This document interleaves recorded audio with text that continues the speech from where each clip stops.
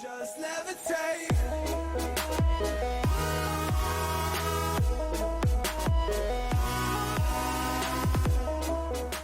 Hello everybody, welcome to the first video of Britney Unplugged, and I am so excited to be making this video because I've been meaning to do it for the longest time, and I'm happy that I'm actually doing it.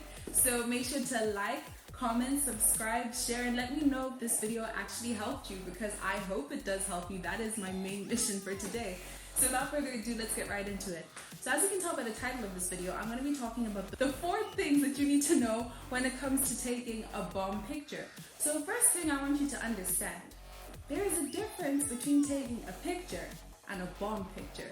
So in today's video, I'm going to teach you how to take a bomb picture. So I have divided this into 2 parts because I feel like when you're about to take a bomb picture, when you want to take a bomb picture, there's a thought process, just a mini thought process that comes right before you should do it, right before you take the picture. Because I feel like you should kind of think about and plan ahead of how you're going to produce the results that you want.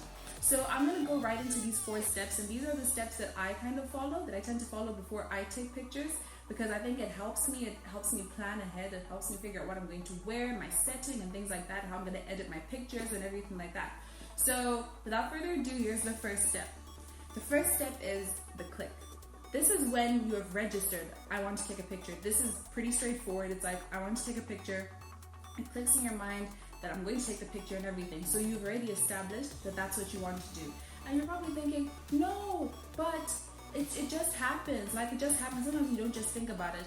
But then you have decided to take the picture. Sometimes when you say, oh, I didn't think about it, you have already made the decision to take the picture, and you said it was an in-the-moment thing. But you decided to take the picture anyways. And let me tell you something. You can never make a decision without thought. So you thought about taking the picture, even if it was just for 0.00001 seconds. You thought about it.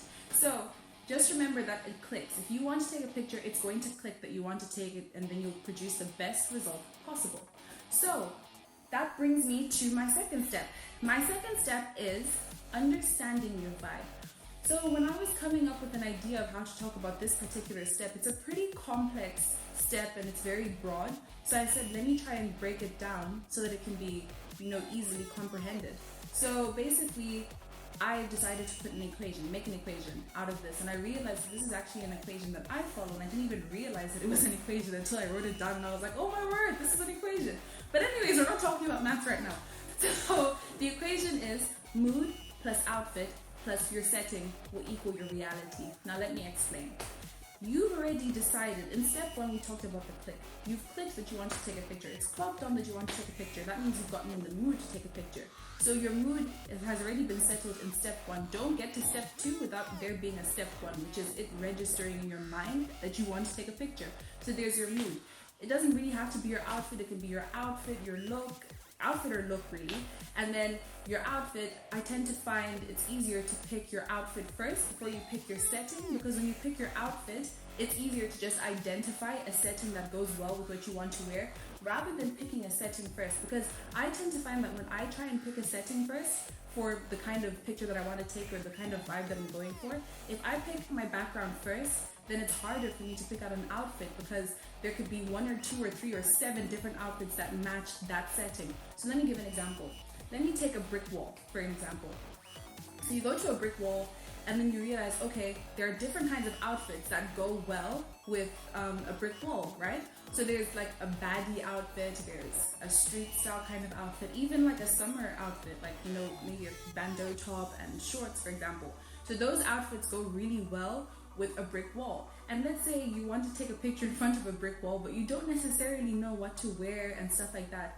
You don't really know what to wear and everything because there are different outfits that go well with the brick wall. So that's why I tend to find it easier to pick an outfit first before a background, because I won't get overwhelmed when I'm actually going to pose for the picture, and I won't be worn out. I'll still have the energy to take the picture. So that is the understanding of your vibe. Once you understand the outfit that you're going for, the look you're going for, then you can identify the setting, and the reality of the situation is that you will produce the most bomb picture possible. That is what is most likely going to happen. I know we all have off days when you're in the mood, your outfit is right, and your setting is good, but then the camera is just not doing you justice. It happens. It's probably one of the most frustrating things to happen, when everything's on point, but then the camera is just not working. Like, it happens and it's really annoying, but then In a lot of the cases, the reality is if your three things, your mood, your look, your setting are in check, the reality is you're most likely going to produce a really, really good picture, or a bomb picture, we'd like to say.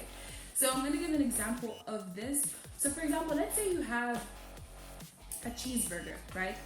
So 3 important ingredients, or 3 essential ingredients that you'll need to make that cheeseburger would be the burger bun and beef burgers or burger patties, and then you have the cheese itself, and that will equal a cheeseburger, right?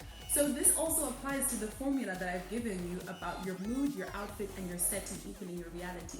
If you don't have cheese, it won't be a cheeseburger. It won't equal a cheeseburger. It will just equal a plain burger. And it's the same thing. If you're missing either one of those ingredients to make that cheeseburger, it won't be a cheeseburger. So you need to make sure that when you're applying all of the things like your mood, your outfit, and your setting to your reality, you need to make sure that you want everything to equal a great reality. The great reality being that you have produced the most bomb picture, and then you don't need anybody else to tell you that that picture is bomb, because when you look at it, you're like, yes, that's me, type of thing. So this brings me to my third step, which is the message. So this is pretty straightforward. This is kind of like, what kind of message are you sending? So the reason why I'm like, what kind of message are you sending? It's because you need to know that you could be thinking one thing, like the way you're posing could be like, oh my gosh, I look like this, but the person looking at the photo may say, oh, what is she trying to do? So you need to be aware of the kind of message that you're sending as well. And you also pose in the way that you want people to perceive the vibe that you're trying to send across. So let me give an example. Last week, I took a picture in front of like a yellow kind of rose area, yellow flowers, like a place of yellow flowers really, and then I wore like a yellow top. So then I made sure that my outfit was kind of matching the vibe that I was in, and I was also in the mood. So then I made sure that I posed in such a way where I would give off that innocent kind of majestic, summery looking vibe, a very bright, vibrant kind of vibe. So the way you pose is perceived by people. You pose in a way that you want people to perceive your vibe. So that's basically it. What kind of message are you sending across? Do you want people to perceive your vibe that way? And so on. So that's pretty straightforward. And this brings me to my last step. Planning is key. I don't care who tells me that, no, planning, why do you need to plan in advance to take your pictures? It's vain. No, it's not vain. It's being me. It's being Britney. It's being you. You should know how to plan. You should plan for your photos ahead of time. You need to say, okay, so when I'm going to take a picture, you've already plotted, okay, I want to take a picture and everything like that. And everything. It's okay to plan a week in advance. It's okay to plan 2 weeks in advance, because not only does it save you time, but it saves you stress, and it saves you frown lines too. Because stress gives you frown lines, and we don't want frown lines here. We want to be looking the baddest that we can. So you need to make sure that you plan in advance, because when you plan, you'll be less stressed, like I just said, and you won't really have much of an issue, because you know that the day you plan to take the picture at that particular time at golden hour, which is probably one of the best times to take a bomb picture, guys, like, oh, golden hour is the best. But anyways, if you plan to take it at that specific period of time, then you won't really be stressed, because you'll be like, okay, I can get dressed at this time, I can go about my day, get dressed at this time, put on my makeup if you decide to wear makeup for the shoot at that time, and then you go to the setting at that time, you'll be right in time for golden hour. It is perfectly okay to plan for your pictures. Don't let anybody tell you that that's vain or anything like that. It's not vain at all. Like, if you want to plan for your pictures, it's fine. It's okay to put it into your timetable. It's okay to schedule it. It's fine. It's perfectly okay. So just know that there's absolutely nothing wrong with planning for your pictures. I think it's actually pretty helpful, because then you'll know what outfits you don't want to waste and what outfits you may want that you don't mind posing in for other people to see and stuff like that. So it's perfectly okay. Planning is definitely key. So this brings me to the end of my video, guys. Thank you so much for watching. Make sure to like, comment, subscribe, and share. Let me know if I helped you down in the comments. I hope I did, because this is kind of the process that I follow when I'm taking my pictures.